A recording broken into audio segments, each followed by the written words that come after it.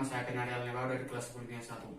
Di video ini, saya akan menjelaskan 3 kerajaan Islam yang ada di Indonesia. Tapi sebelum masuk ke kerajaan-kerajaan tersebut, saya akan menjelaskan awal masuknya Islam ke negara Indonesia. Awal masuknya Islam ke Indonesia. Awal masuknya Islam ke Indonesia, terdapat 3 teori yang dikemukakan oleh para ahli. Teori yang pertama merupakan teori Gujarat. Dalam teori ini dijelaskan bahwa Islam yang ada di Indonesia berasal dari Gujarat melalui India. Teori ini dikemukakan oleh sarjana-sarjana Belanda. Teori ini dikatakan berlangsung pada tahun 6 Hijriah dan atau 13 Masehi. Teori yang kedua merupakan teori Persia. Islam yang di Indonesia dikatakan berasal dari Persia karena banyaknya kebudayaan yang sama antara Persia dan juga Indonesia. Yang ketiga, teori Mekah. Teori ini dikemukakan oleh Buya Hamka. Dalam teori ini dia mengatakan bahwa Islam yang ada di Indonesia berasal dari Arab atau Mesir tempat kelahirannya. Teori ini juga didukung para ahli lain yang mengatakan bahwa Islam yang di Indonesia berasal dari Mesir atau Arab yang dibawakan oleh para musafir-musafir. Baiklah, sekarang saya akan menjelaskan kerajaan-kerajaan Islam yang ada di Indonesia. Kerajaan yang pertama yaitu Kerajaan Demak.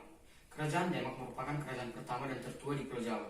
Kerajaan ini terletak di Jawa Tengah. Raja pertama memimpin kerajaan ini adalah Raden Patah. Raden Patah memerintah mulai dari tahun 1500 sampai 1518 Masehi.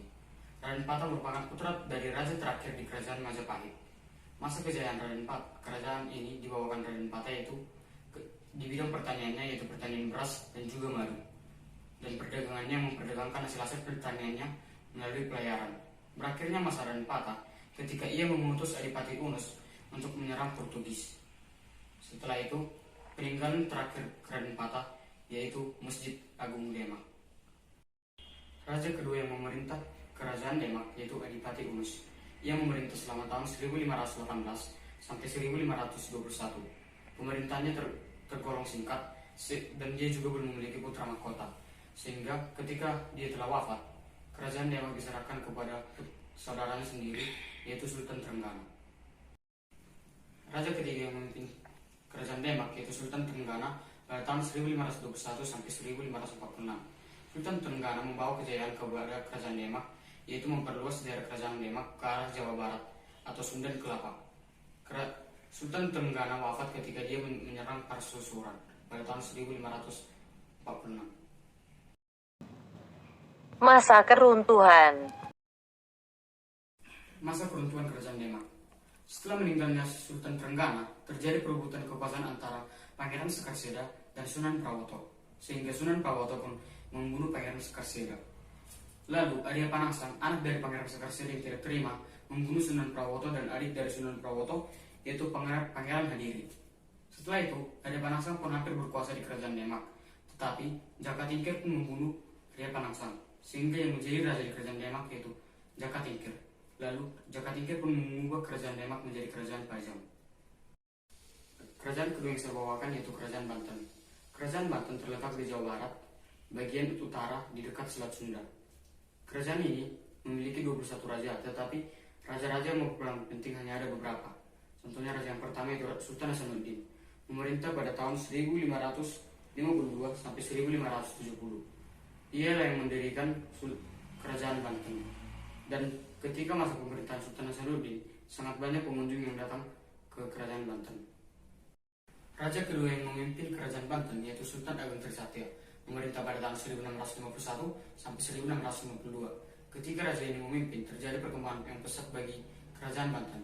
Yang pertama memperluas kerajaannya, yang kedua mengusir Belanda dari Batavia, yang ketiga mendukung Mataram dalam melawan Belanda, dan yang keempat mengajukan aktivitas perdagangan.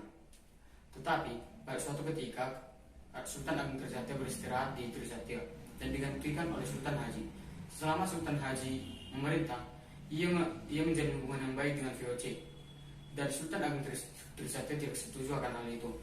Lalu VOC pun menghasut Sultan Haji dan untuk melawan Sultan Agung Trisatya, sehingga terjadilah perang dan Sultan Trisatya pun meninggal.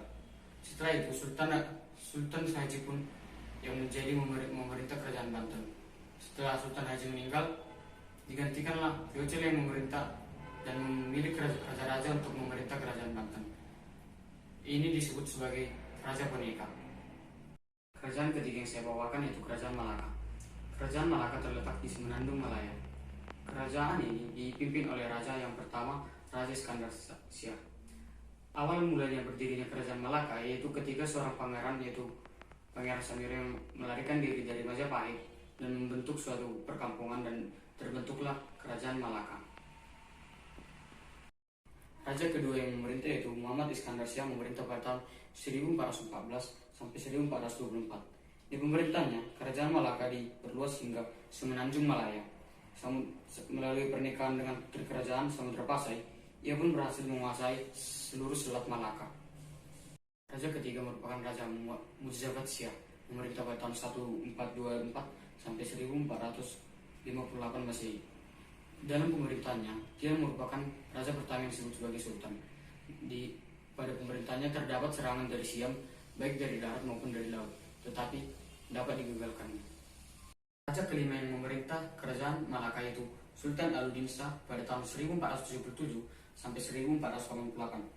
Pada masanya terjadi kemerosotan, di mana daerah-daerah yang telah diperluas oleh raja sebelumnya telah melepaskan diri secara perlahan-lahan. Demikianlah 3 kerajaan yang telah saya jelaskan. Jika ada kekurangan, mohon dimaklumi. Sekian, terima kasih.